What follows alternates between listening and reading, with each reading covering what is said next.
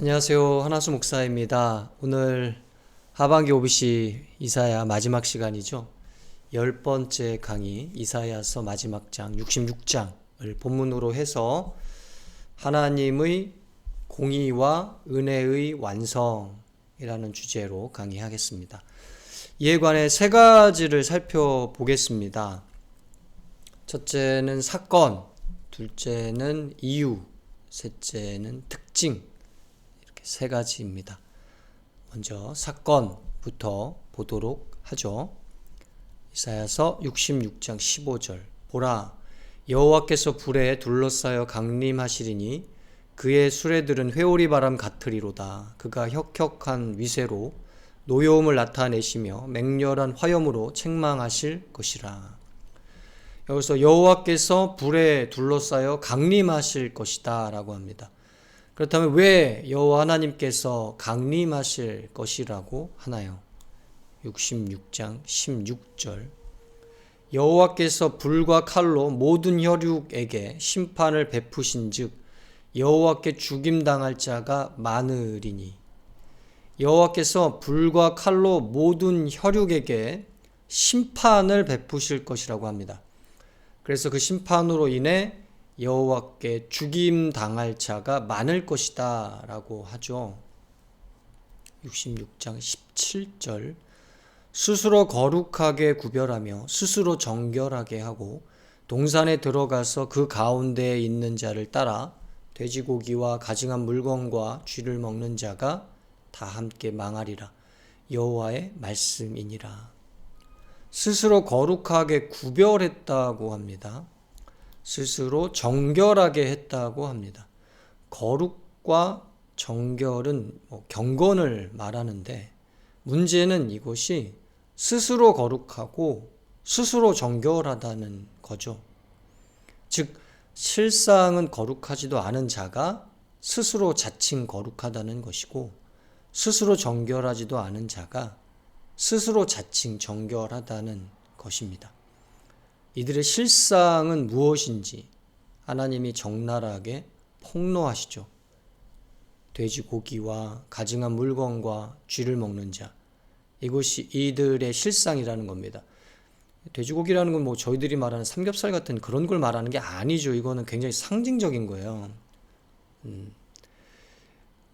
이거는 굉장히 불경한 음식에 속하는 것이었는데 그런 것을 대표적으로 상징하는 게 돼지고기겠죠. 해석을 오해하시면 안 됩니다. 그리고 이들의 결국은 무엇이라고 하는가? 다 함께 망하리라고 합니다. 이사야서 66장 23절. 여호와가 말하노라. 매월 초하루와 매 안식일에 모든 혈육이 내 앞에 나와 예배하리라. 여기서 하나님은 모든 혈육이 하나님 앞에 나와 예배할 것이라며 하나님의 백성들을 보여주고 있습니다. 그러나 이에 이어서 다음 장면을 보여주는데 이게 이사야서 66장 맨 마지막 절, 그러니까 이사야 전체의 마지막 절이거든요. 근데 그 마지막 절에 끝나는 게 가히 충격적입니다. 24절인데 이게 마지막 절입니다. 이사야서는 이 절로 끝나요. 그들이 나가서 내게 패역한 자들의 시체들을 볼 것이라. 그 벌레가 죽지 아니하며 그 불이 꺼지지 아니하여 모든 혈육에게 가증함이 되리라. 여기서는 그 하나님의 백성들이 나가서 하나님에게 패역한 자들의 시체들을 볼 것이라고 합니다. 이들의 멸망을 곧 시체라고 묘사하고 있는 것이겠죠. 그리고 그 시체에는 벌레들이 기어다니고 있으며 또한 그 불이 꺼지지 아니하고 영원히 타오르고 있으며 모든 혈육에게 가증함이라는 게 혐오스럽다라는 거죠. 혐오스러운 광경이 될 것이라는 거죠. 보고 있기가 참으로 괴로운 장면이라는 겁니다. 이 단테의 신곡에 보면은 지옥편이 있잖아요. 거기 지옥편이 나오는데 여기서는 이런 지옥의 장면을 정말 자세하게 묘사해 주죠. 이런 묘사들을 가만히 보면 계속 읽어나가기가 참 굉장히 어려울 정도로 참혹합니다. 그런데 이것이 단순한 소설 같은 이야기로 끝나는 것이 아니라 실제 현실이 될 것이라고 하나님 말씀하십니다. 하나님께서는 지금까지 이 말씀을 통해서 무엇을 보여주시는 것 같으세요? 한 가지죠. 영원한 형벌을 보여주고 있습니다. 이사야서 66장 10절 예루살렘을 사랑하는 자들이여 다 그 성읍과 함께 기뻐하라. 다 그 성읍과 함께 즐거워하라. 그 성을 위하여 슬퍼하는 자들이여 다 그 성의 기쁨으로 말미암아 그 성과 함께 기뻐하라. 여기서 4번이나 쓰인 단어가 있습니다. 발견하셨나요? 4번이나 똑같은 단어가 쓰였어요. 그 성읍과 함께 기뻐하라. 그 성읍과 함께 즐거워하라.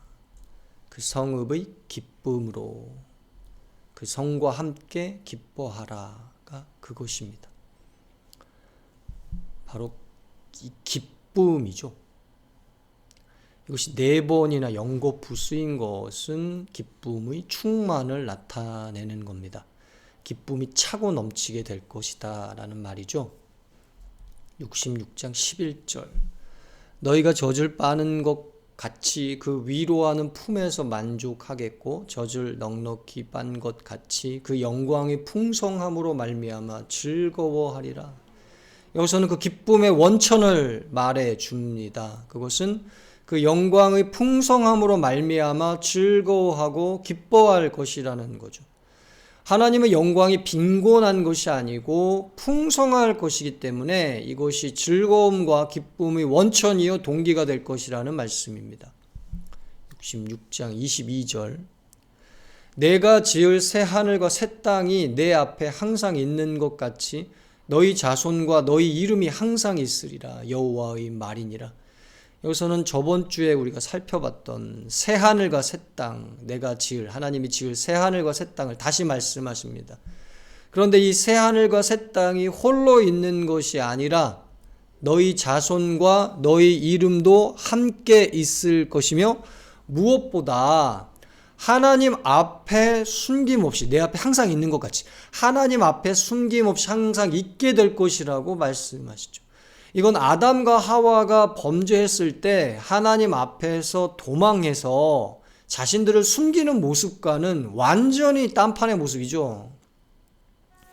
하나님께서는 지금까지 말씀을 통해서 무엇을 보여주고 계시나요? 영원한 복락을 보여주고 있습니다. 이렇게 오늘 말씀은 영원한 형벌만이 아니라 영원한 복락을 말씀하시고 영원한 복락만이 아니라 영원한 형벌도 말씀하시면서 단 하나의 사건을 말해주고 있어요. 이 최종적인 사건을 말해주고 있습니다. 그것은 최후의 심판입니다. 이제 이유로 넘어가도록 하겠습니다. 이사야서 66장 5절 말씀입니다. 여호와의 말씀으로 말미암아 떠는 자들아 그의 말씀을 들을지어다. 이르시되 너희 형제가 너희를 미워하여 내 이름으로 말미암아 너희를 쫓아내며 이르기를 여호와께서는 영광을 나타내사 너희 기쁨을 우리에게 보이시기를 원하노라 하였으나 그들은 수치를 당하리라 하셨느니라.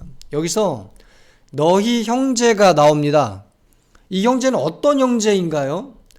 너희를 미워하는 형제이죠. 또한 내 이름으로 인해 너희를 쫓아내는 형제입니다.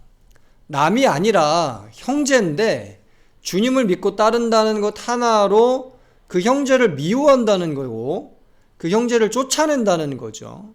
그런데 여기서 끝나지 않고 여호와께서는 영광을 나타내사 너희 기쁨을 우리에게 보이시기를 원하노라 라고. 이게 뭐로 보이세요? 칭찬인가요? 아니죠. 조롱하는 겁니다. 여러분들끼리 잘해보시기 바랍니다 라는 말을 할 때 이 말은 정말 잘해보라는 격려이기보다 너희들끼리 잘해낼 리 있겠냐 라는 조롱이듯이 여호와께서 영광을 드러내셔서 너희가 기뻐하는 모습 좀 보자 라는 조롱이 담겨 있다는 거죠. 66장 6절 떠드는 소리가 성읍에서부터 들려오며 목소리가 성전에서부터 들리니 이는 여호와께서 그의 원수에게 보응하시는 목소리로다. 여기서 떠드는 소리와 목소리가 나오는데 이것은 형제들을 조롱하는 그 형제들이 수치를 당하면서 내지르는 통곡의 소리를 말합니다. 거의 신음에 가까운 통곡의 소리죠. 그리고 하나님은 이들을 가리켜 그의 원수라고 말씀하고 있습니다. 이사야서 66장 10절 예루살렘을 사랑하는 자들이여 다 그 성읍과 함께 기뻐하라. 다 그 성읍과 함께 즐거워하라. 그 성을 위하여 슬퍼하는 자들이여 다 그 성의 기쁨으로 말미암아 그 성과 함께 기뻐하라. 여기서 예루살렘을 사랑하는 자들이 나옵니다. 이들이 기쁨에 차고 넘칠 것이라고 하는데 그렇다면 이들은 어떤 사람들을 말할까요? 66장 14절 너희가 이를 보고 마음이 기뻐서 너희 뼈가 연한 풀의 무성함 같으리라. 여호와의 손은 그의 종들에게 나타나겠고 그의 진노는 그의 원수에게 더하리라. 여기서 하나님은 너희가 이를 보고 마음이 기쁠 것이라고 하면서 여호와의 손이 누구에게 나타날 것이라고 하나요? 그의 종들에게 나타날 것이라고 합니다. 반면에 하나님의 진노는 그의 원수에게 더할 것이라고 합니다. 따라서 예루살렘을 사랑하는 자들, 아까 전에 살폈죠. 예루살렘을 사랑하는 자들이 누구인지가 나오죠. 누구죠? 그의 종들입니다. 지금까지의 말씀을 보면 두 부류의 사람들이 나오죠. 두 부류의 사람들. 하나는 그의 원수이고요. 또 하나는 그의 종들입니다. 그의 원수만 있는 것도 아니고 그의 종들만 있는 것도 아닙니다. 그의 원수도 있고 그의 종들도 있습니다. 이 세상에는 좋은 사람도 있고 나쁜 사람도 있듯이 그의 원수도 있고 그의 종들도 있다는 것을 하나님은 말씀하십니다. 무엇을 보여주는 거죠? 공존의 현실을 보여주시는 거죠. 그리고 이것이 최후의 심판이 일어나는 중요한 이유가 됩니다. 만일 다 좋은 사람이라면 형벌이 있을 이유가 뭐가 있겠습니까? 만일 다 나쁜 사람이라면 포상이 있을 이유가 뭐가 있겠어요? 마찬가지로 모두 하나님의 원수라면 영원한 복락이 있을 이유가 없고 모두 하나님의 종들이라면 이 또한 영원한 형벌이 있을 이유가 없습니다. 어떤 이들은 하나님의 원수로 실제로 존재하고 어떤 이들은 하나님의 종들로 실제 존재하기 때문에 어떤 이들에게는 이 원수라고 하는 그 존재에게는 영원한 형벌의 심판이 내려질 것이고 또 어떤 이들에게는 이거는 그 하나님의 종들이라고 하는 그런 존재들인데 영원한 복락의 심판이 내려질 거다 이거죠. 공존의 현실이라는 이유가 없으면 최후의 심판이라는 사건이 일어날 이유가 없습니다. 이걸 하나님께서 말씀하고 계시는 거예요. 이제 세 번째인 특징으로 넘어가 보겠습니다. 이사야서 66장 2절 나 여호와가 말하노라 내 손이 이 모든 것을 지었으므로 그들이 생겼느니라. 무릇 마음이 가난하고 심령이 통회하며 내 말을 듣고 떠는 자 그 사람은 내가 돌보려니와. 여기서 하나님은 하나님의 손이 모든 것을 지어서 그들이 생겼다고 하십니다. 만물의 창조주이시기에 역사의 통치자이심을 말씀하시는 대목이죠. 그런데 하나님이 돌볼 것이라는 사람이 나옵니다. 그러면 하나님이 돌볼 것이라는 사람은 누군가요? 마음이 가난하고 심령이 통회하는 자입니다. 여기서 두 번 반복해서 나오는 단어가 있죠. 그건 마음입니다. 마음. 이 마음이 가난한 상태고 이 마음이 아파서 눈물이 흐르는 상태. 바로 이 사람을 하나님이 돌보신다고 합니다. 66장 3절.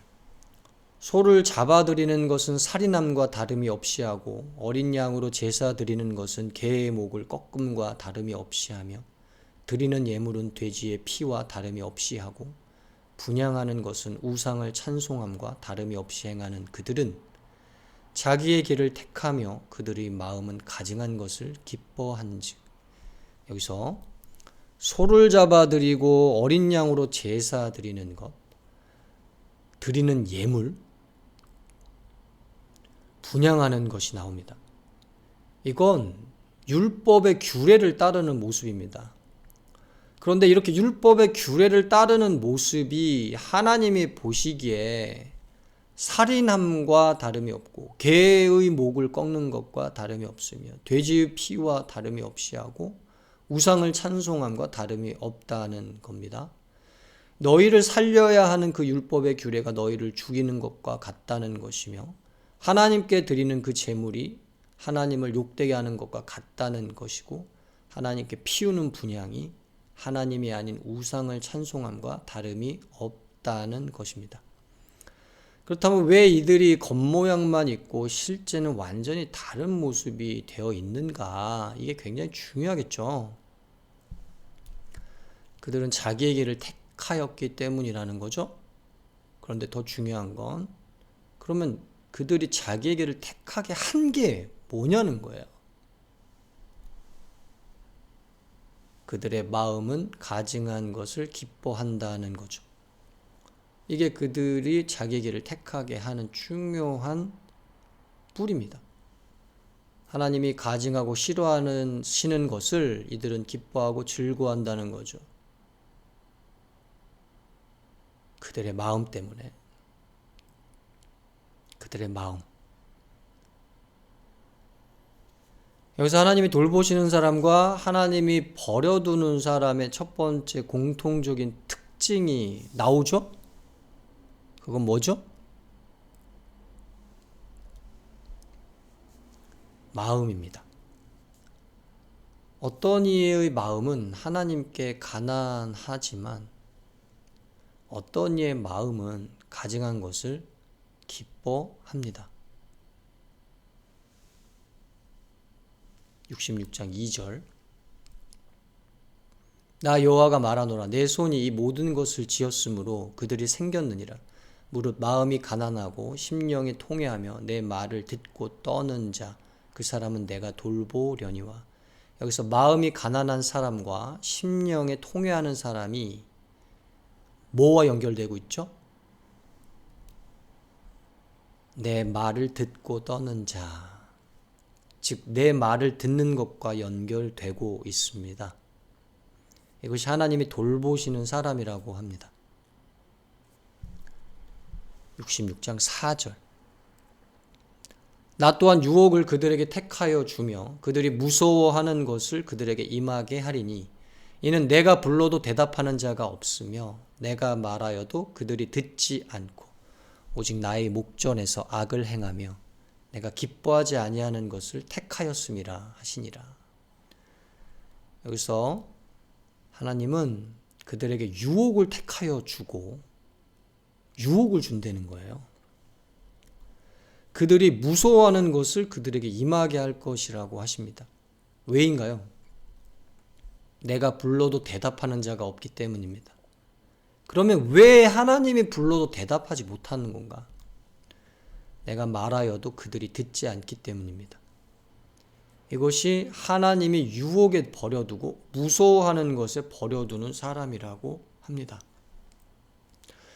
여기서 하나님이 돌보시는 사람과 하나님이 버려두는 사람의 두 번째 공통적인 특징이 나타나죠? 뭐죠? 말씀이요, 말씀. 하나님이 돌보시는 사람이 그 마음이 말씀과 연결되어 있잖아요.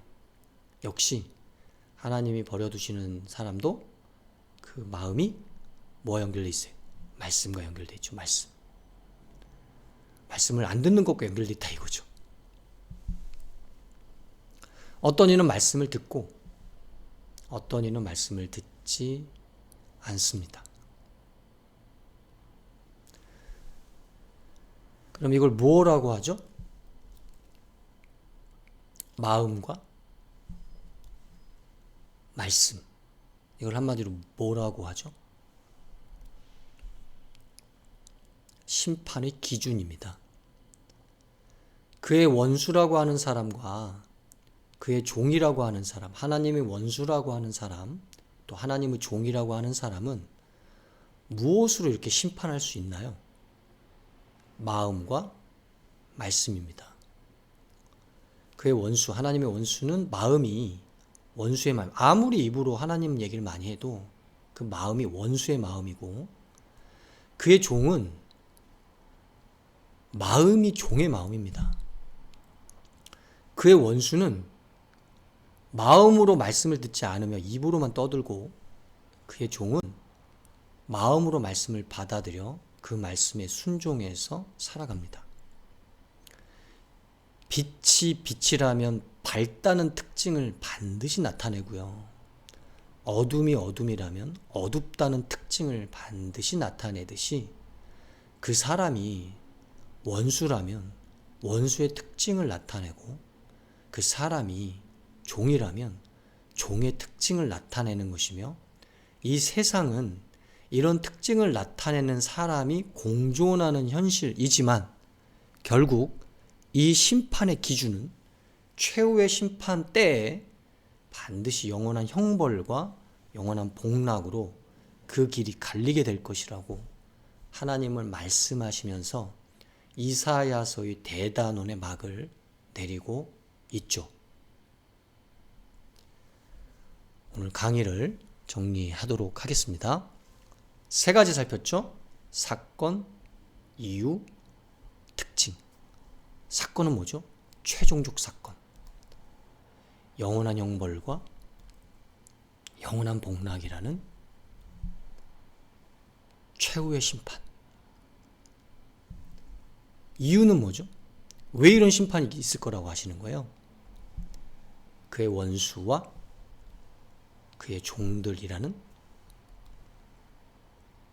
공존의 현실. 특징은 뭔가요? 마음, 그리고 말씀이라는 심판의 기준을 그 특징으로 갖고 있습니다. 그의 원수든 그의 종이든. 이상으로 하반기 이사야서 10번의 강의를 모두 마쳤네요. 여러분 진심으로 수고 많으셨습니다. 그리고 지금까지 들어주셔서 감사하고, 본 강의를 통해서 시야가 열렸기를 바라고요. 무엇보다도 여러분의 믿음과 신앙이 조금이라도 자랄 수 있었기를 바랍니다. 감사합니다.